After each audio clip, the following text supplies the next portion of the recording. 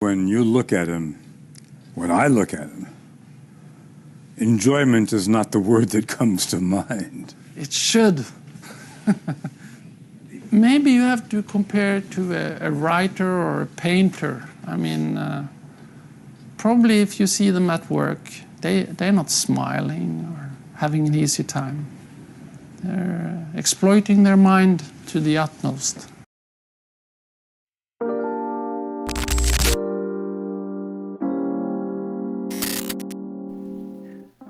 When first stepping into the world of chess, some names are bound to come up.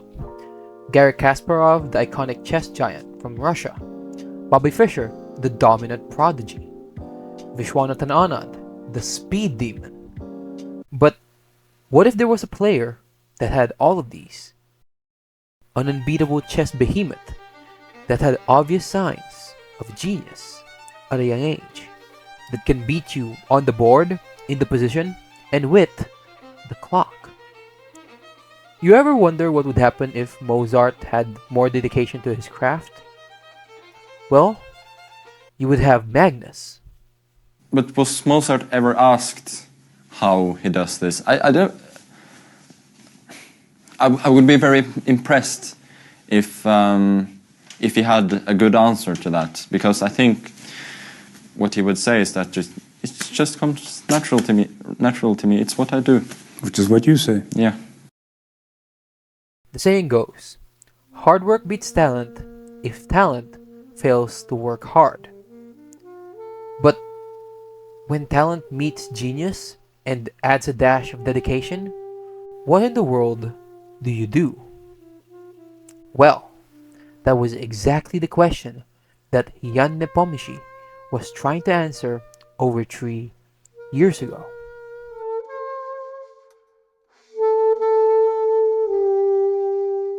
It's November of 2021. Magnus Carlsen has successfully defended his World Championship title 3 times in a row.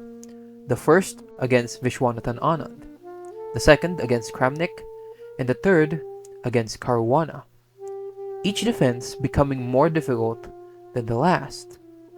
Up until this point, the series against Caruana was the most tiresome by far, producing 14 straight draws and going into tiebreaks. It was such a close matchup that people wondered whether this could finally be the year that someone dethrones Magnus. Enter candidate Nepo. After finishing second in the 2019 FIDE Grand Prix, he qualified for the 2021 Candidates Tournament. The 2020 to 2021 Candidates Tournament was an 8-player chess double round robin to decide the challenger of the World Chess Championship in 2021. The tournament itself was brutal, not only because of the harsh games, but also because of the COVID pandemic, which hit the Chinese players the hardest. Some players even withdrew and had to be replaced because of the restrictions. Nepo took an early lead, but MVL, a replacement player for Rajabov, caught up to him very quickly. MVL, however, would later lose to Caruana, making Nepo the sole leader once again. After a series of 14 rounds, Nepo showed his dominance, coming out as the winner of the candidates and becoming the challenger against Magnus in the 2021 World Chess Championships.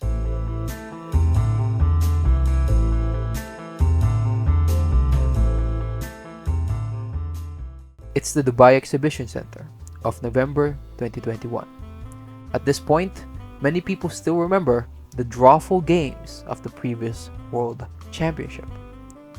All people are hoping for is 1, maybe 2 decisive games, and maybe even a game that would be written down in history as an all-time classic. After a tiresome set of 5 draws, the fans were starting to feel as if this was going to be a copy of 2018. Coming to Game 6, everyone was hoping that maybe, just maybe, this would be the game that would truly kickstart the excitement of the World Championships. It is worth noting that Game 6 has a real tendency to bring out historically impressive games like Fischer vs Spassky or Tal vs Vodvinek. Game 6 was almost bound to be a real head-turner. right? King to e7, e6, a rook f7, and it's over. This is just Yeah, the nutty. pawns go. And there are no checks. You've blocked them all. Wait, the queen takes f5 is not a threat, by the way. White can maybe play E6. e6. That's exactly what I was thinking. Queen E6. f5 is not a threat. Because of knight g7. There's a knight g7 checks, right? But also queen e7, rook f6. Yep, and you're frozen. Secures it. Yeah, King, this- king g4 might also be very good. Okay, he's played e6. The queen cannot capture the rook because of the fork on g7. No judgments. This was almost impossible to hold regardless, which is why we've seen Carlsen Danny, push one it. tactic I want to say. If black plays queen g6 here, for example, a Yeah. passing move, I like to move rook to f7. Now that is threatening knight f6, e7. And if black takes on e6, knight g7, king f7, knight e6, king e6, You king win to the king g5. pawn ending. When the queen is close to a knight, what Yep. my coach and Fabiano's coach taught us at a young age is knights are amazing defenders because let's say the queen was on h6, like even if the rook weren't over there, you don't have a single check. Yep. Because the knight covers f6, it covers f4, and is blocking the h file. Yep. So knights are amazing at restricting the queen, and that's why the queen needed to be on b1, on c2, Yep. all the way on this side of the board to give checks so the knight couldn't block. But now it's way too late for that. We use our human intuition here and Take a breath, boys and girls. You're about to There see it is. you're about to see the first decisive result in more than 5 years in classical chess of the World Chess Championship. I expect Jan Nepomniachtchi to throw in the towel in this position. I really do. yeah. And I think we will have